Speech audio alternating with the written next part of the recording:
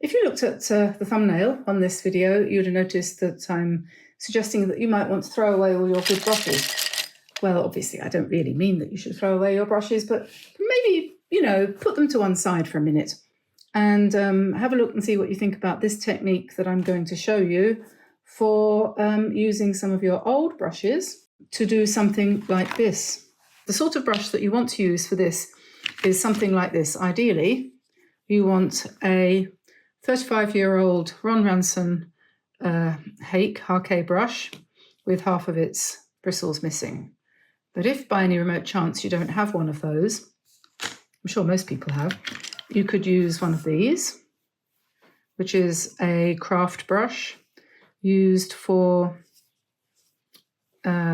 children sometimes, for applying glue, doing papier-mâché, that kind of thing. Or you could find one of this is what happens when you leave your brush in water for a while. The handle begins to detach itself from the ferrule. You can see that that's turning quite a lot. So that's not very good for doing proper painting with, but for this technique, it could work. This is actually an oil or acrylic painting brush from ABS. It's an English company, I think. This is a hog hair one. It's quite stiff. I don't know what sort of an effect that would be if I used that, but that would be a possibility. This is a wall painting brush for painting houses. Some people on this platform, not on this channel, paint their skies and their foregrounds as if they were applying paint to the front of a house. They probably would use that one. This is another wide one. This is a Chinese brush. This would probably be too big for this particular thing. Here we have another brush that's seen better days. It's a Winsor & Newton, very old scepter brush. This would do it quite nicely. I think it's nylon. It's lost half of its paint on the handle, so that's nice and old. That would probably work. Oh, look what I found, another stencil brush. We did some stenciling the other day and I used a very small stencil brush for that, but this one would have been even better. I forgot I had that one.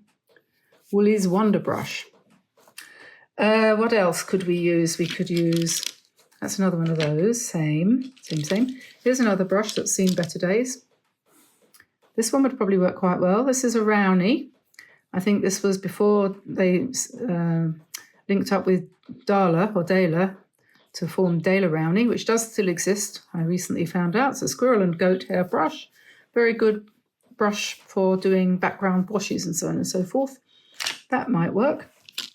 This is a German, this is Mercurius. This is a watercolor brush for children, also used for veil painting in the anthroposophical style. That might work. I think that probably would be a good size for what we're going to do. You know what we're going to do yet? This is a Zen brush. That would probably work too. This is new. Nylon brush that I bought a couple of years ago. Another one from ABS. Same thing. These are similar to that one I showed you before, so we don't need to talk about that. And there's another one, got a whole bunch of them. And then these are all irrelevant. So, although that one might work, that's an angle brush. Yes, that one might actually be quite good. So we could try that. So I'll put those over there. And in order of preference, I'm not sure which one I would prefer. So those bigger ones, not. I would try that one maybe. We'll give the house painting brush a miss. I already tried that one. It's not bad, but it holds a lot of water. That one might have, we'll leave them there. And these would be my ones of choice to start with after that one. Sorry. Went off screen there, didn't we? I think I'll probably try those three first. And as well, I will need my normal small round for the stems. So I've got my Princeton Aqua Elite here. And yeah, so I'm not going to throw them all away. I'll try and get that back into focus so that you can see properly. So we have the Ron Ranson Hake. This is a Mercurius watercolor brush. This is an angular nylon brush, and we'll see how it goes with those. So then paper. What I've got here is half a sheet of Fabriano 50/50. It was half a sheet, like that. And I've cut it in half again and half again. So that's given me some small pieces. So I'll start with a small piece and then we'll go on to a bigger piece.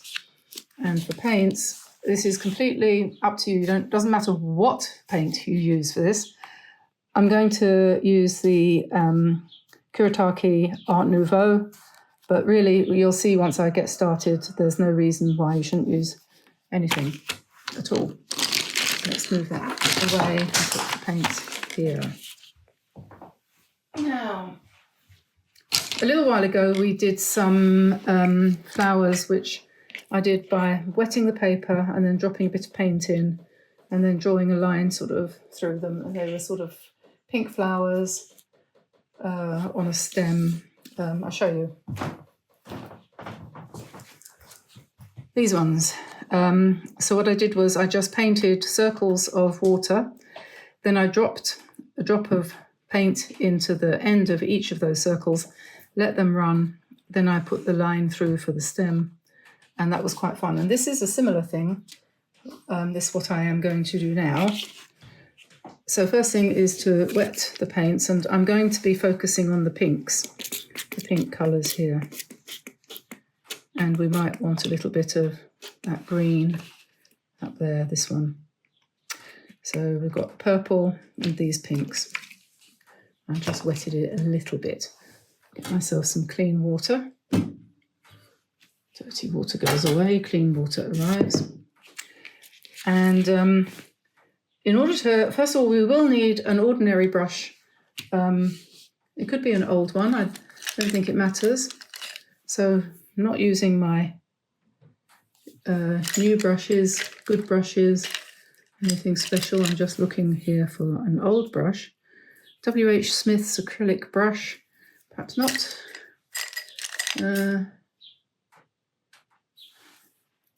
It's an old Proline, size 7, that'll do. Okay, so we'll just wet that brush. And then I'm going to show you the technique for doing these flowers. So we're going to choose 2 colours, and I'm going to start perhaps with the pale pink, and we'll just put some very, very wet dots, blobs of paint on the paper like that.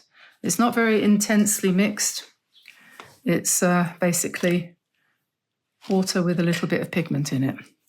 I wipe off my brush, pick up some clean, and then go to, let's say, this purple colour, and we'll put another blob between those ones like that. And then clean the brush. I'll pick up some green for the leaves, and I'm going to put a couple of blobs for each leaf.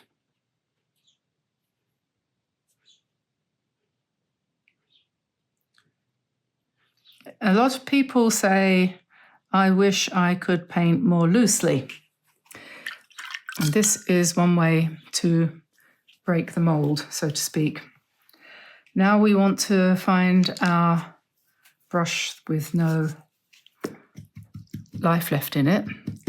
These brushes, this one, it's got a very long handle, and I'll just move that there so you can see. I'm wetting it so that it's properly wetted, and then I'll just sort of push off most of the water.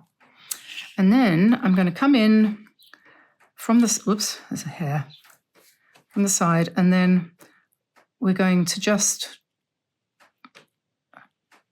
use the brush very loosely to release the colour into the shape of a petal.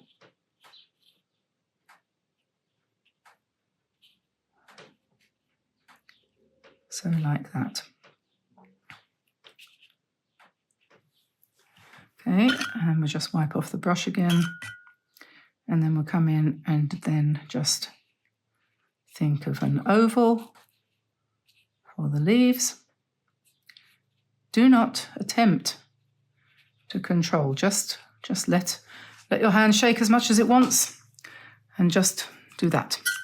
And then we've got a flower with some leaves, so we need to now pick up a little bit of a darker colour for this, not a darker colour, a little bit more intense for the stem.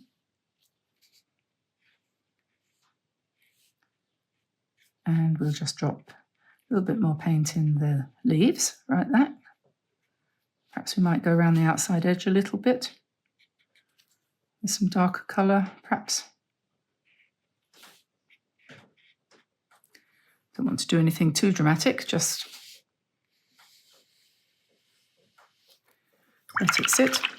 And then the flower here, we need to come into the middle, something darker for the centre, and just touch what's around the outside a little bit.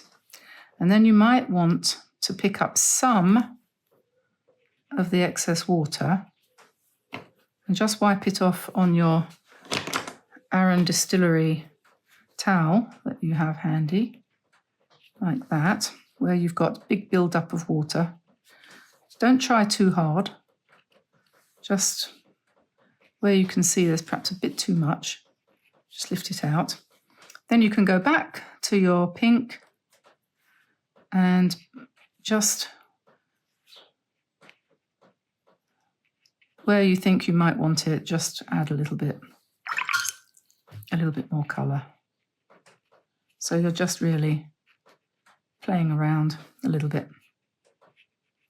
But then the key is, you can spread that out a bit if you want, or you can leave it. Key is just to leave it to run, because it's the running that will give you the effect. And when that's dry, it'll look a bit like this and this. Okay, and then once that's done and dry, you can come in and add more flowers and make a sort of arrangement like that. It would make a nice birthday card or something of that sort. And you can also put in, obviously, some doodling and bits and pieces like that. So that's that one. So I'll move that over there. And I don't think that brush was too bad. That seemed to work reasonably well. Let's try another one.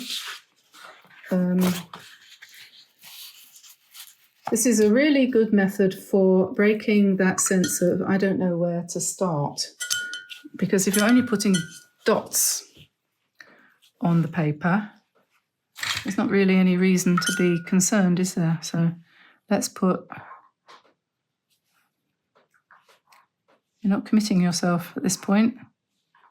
But if you tap like that, the brush will give up a little bit more paint.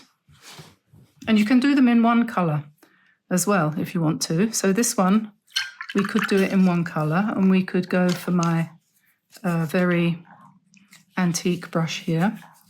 And we just touch like that and go round.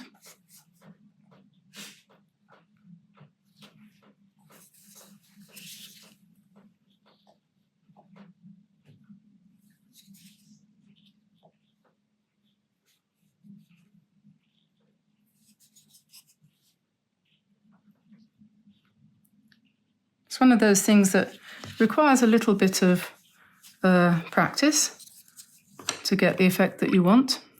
And this is something I have done this before, and as I said, I think we'll mix a bit of green with that to give us a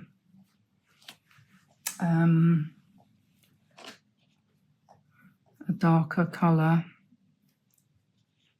Yeah, a little bit darker for the centre.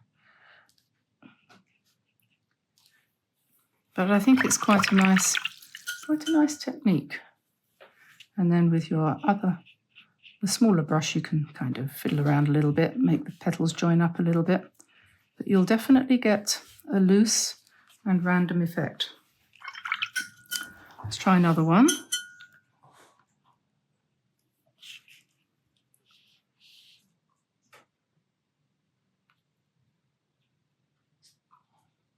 There's our 5 starters.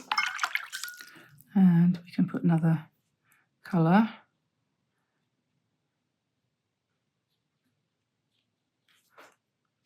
There is a channel called, I think it's called Maremi Small Art or Maremi Simple Craft. I think she's got 2 channels. Let's try with this angle brush and see how that works. She's been doing quite a lot of this recently, and so I'm not copying her. I'm just doing the same technique because you might not know of her channel. And this is giving me a bit more of a structured feel. I feel a bit like an engineer with that one, so I'm not terribly impressed with that. So, you know, this is something that you'll find out as you go along, you know, if you don't like that, the way that brush worked. But so you can lift up a lot of the colour like that. Just wipe off your brush, get rid of the excess liquid, that's to say water. And sometimes these ones that you think are a total disaster turn out to be the best ones. And then we just pop in some darker blue, purple in the middle and let that spread for a bit and see how that goes.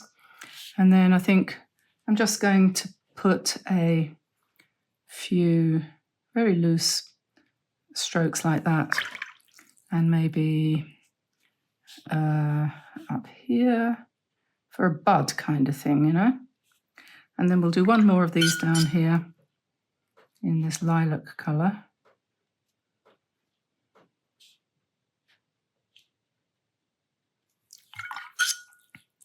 So if you're one of those people who wants to become looser, and who doesn't, you could explore this this technique. This one I think I'm going to try with my regular brush, just to see. I really think that the old broken brushes are actually probably better for this process. I know it seems like I'm putting on a lot of water and lifting it off, but this is the whole idea, is to make it uncontrollable.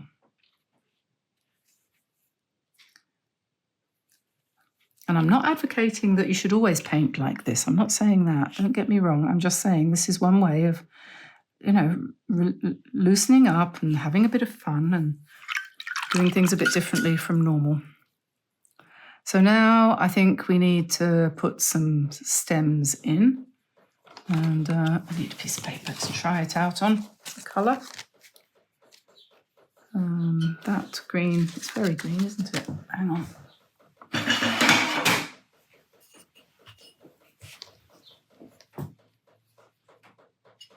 Let me add a bit of mauve to make the green a bit more greyish. And for these, I think we'll just paint in the leaves.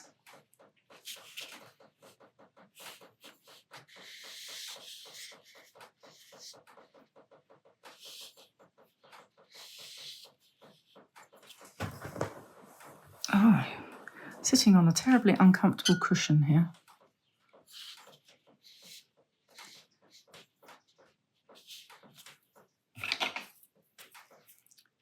That's in the wrong place, we take that out. Maybe just bloop over that. Yeah, I wanted to do these buds, so we just put some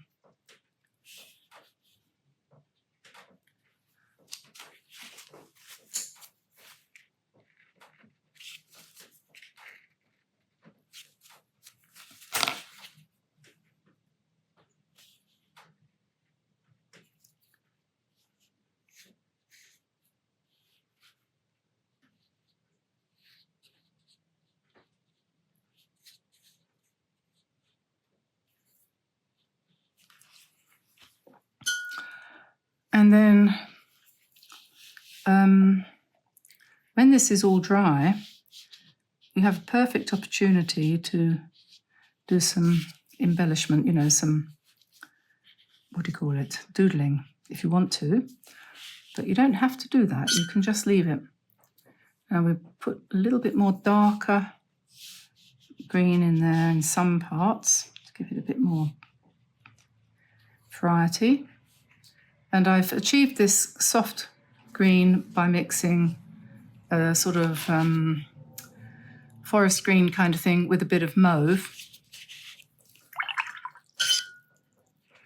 And I think the next thing to do here is to probably either wait for it to dry, which is the best thing to do, or else actually dry it. And if I go back to my other one that I did earlier, not that much earlier, but a little bit earlier, you can just put the hairdryer on that. And then I think for the centre of this flower, I'm going to use my Artistro Extra Fine Tip Water-Based Ink 0.7mm Shake, Press and Draw. Choking hazard, please do not try to digest this. So you have to give it a jolly good shake. So you have a bit of a workout, and then you need a piece of paper where you've got some paint that's dry, and you can test it, see whether it's working, which it seems to be. And then what we'll do here, I think, is we'll just put in some stamens coming out from the centre of the flower, like that. And then I've got somewhere here, hopefully, this is a brush pen. This is a Poetique brush pen.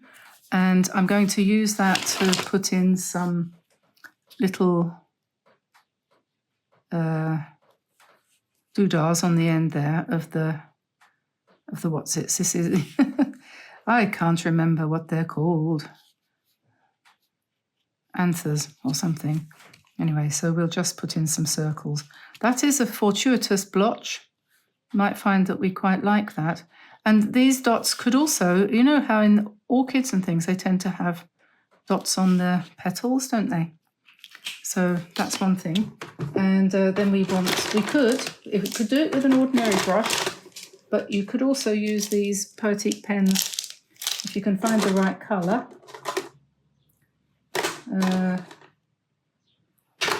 Where all my greens have gone. Oh, I know where my greens have gone. They're all here. But just find a light green, and then you can put in some stems. And this is a very good way, not stems, veins. This is a very good way of doing something quite fine if you want fine lines on your painting.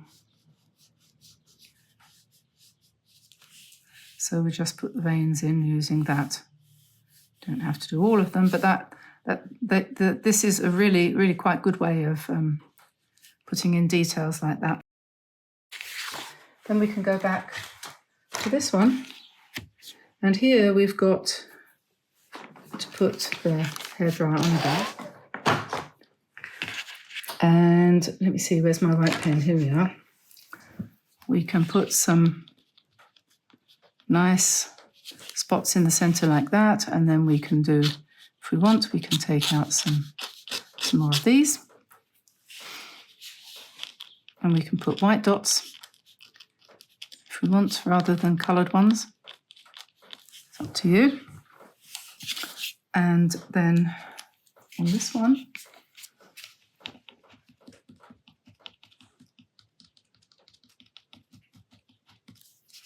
you can do little bunches of lines coming out like that. All sorts of different things, whatever you can think of to do, you can do.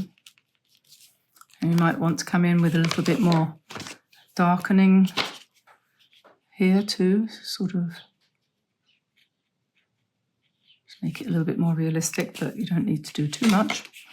And of course you could use black if you wanted to, but I think we'll stick with the white for these. We could do circles in the centre if you wanted.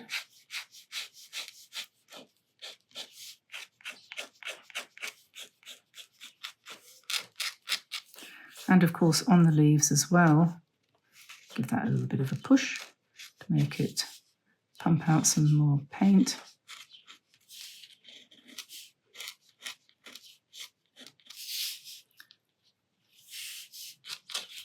and so on and so forth. So many different things you can do. And in the end, you can use the same technique to do lots of different flowers and, you know, make an arrangement like that. We've got a situation going on here where I think I want to make that a little bit darker. Not green.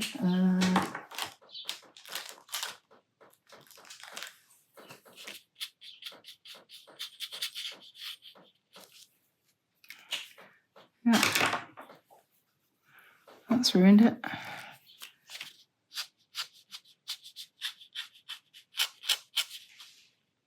There we are. Be surprised how good these things look the next day when you come back and you've forgotten what you did.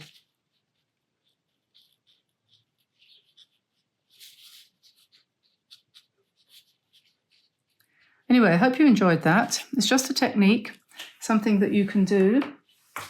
Oh yeah, if you use a light grey, you can use a grey on these. That's a brown, we won't use that.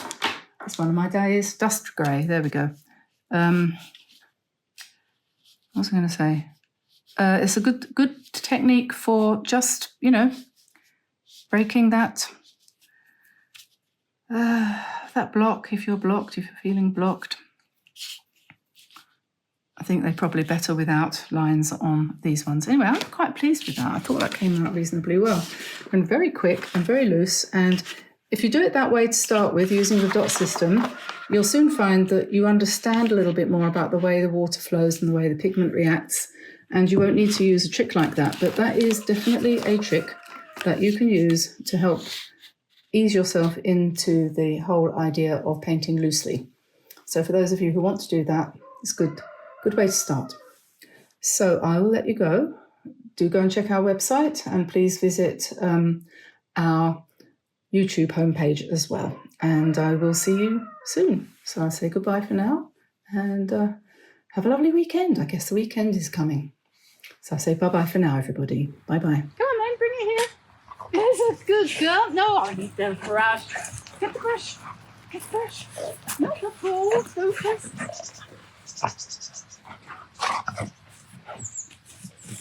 Bring it here. Come on.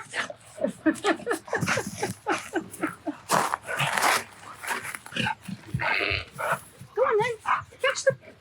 Fetch it. Fetch, Lottie. Not the ball. Okay. Bring it here. Come on. There's a good girl. Gonna have my brush. Lottie, don't eat it.